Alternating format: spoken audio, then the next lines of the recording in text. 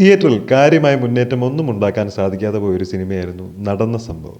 ഇപ്പോൾ OTT എത്തിയിട്ടുണ്ട്. സമൂഹത്തിൻ്റെ സദാചാരവാദങ്ങൾക്ക് നേരെ വിരൽ ചൂണ്ടുന്ന ഒരു സംഭവമാണ് ഈ സിനിമയുടെ മെയിൻ ത്രെഡ്.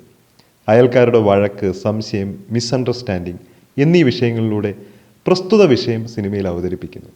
നല്ലൊരു ആശയമാണ് സിനിമ പങ്കുവയ്ക്കുന്നത്. എല്ലാവർക്കും അങ്ങനെ തോന്നുമോ എന്നറിയില്ല.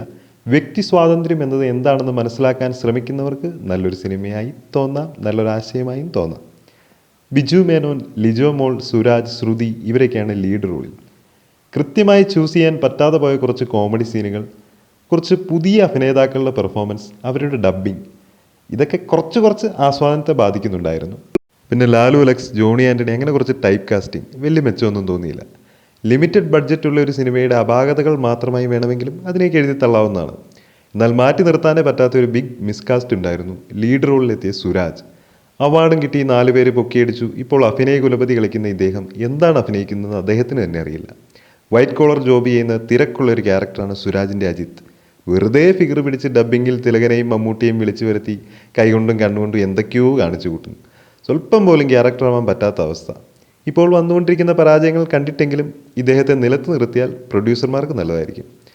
മാറുന്ന കാലഘട്ടത്തിൻ്റെ ആശയം ആസ്പദമാക്കിയ സിനിമ ഇങ്ങനെയുള്ള കുറച്ച് മിസ്റ്റേക്കുകൾ ഒഴിച്ചാൽ നല്ലൊരു എക്സ്പീരിയൻസ് ആയിരുന്നു.